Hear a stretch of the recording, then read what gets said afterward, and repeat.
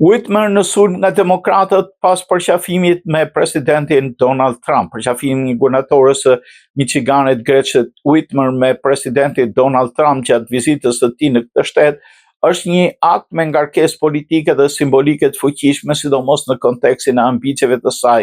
kombëtare dhe të bazës gjithnjë më të polarizuar të Partisë Demokratike. Edhe pse përqafimi mund shihet si një gest formal diplomatik gjatë një vizite presidenciale, ai merr një kuptim më të thellë në një kohë kur shumë demokrat presin që udhëheqësit e tyre përballen aktivisht me Trumpin dhe politikat e tij.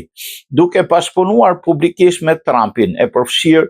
edhe meritat që i dha atij për sigurimin e një investimi të rëndësishëm për gardën kombëtare, Whitmer rrezikon të largojë votuesit progresistë, aktivistët e partisë që e shohin Trumpin si një kërcënim eksistencial për demokracinë dhe të drejtat civile. Megjithatë, ajo mund të ketë bërë një llogaritje politike se tregimi i bashkëpunimit dypalësh, sidomos kur lidhet me përfitime konkrete për ekonominë dhe sigurinë ushtarake të Michiganit, mund ta pozicionojë atë në një lidere pragmatike dhe të orientuar nga rezultatet që si dobishme në prag të vitit 2028.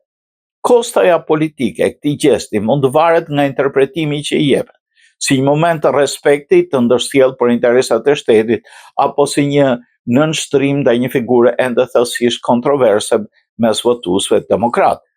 Kjo dëshiron një analizë se si mund të ndikojë pozicioni i Whitmer brenda Partisë Demokratike apo te votuesit në Michigan.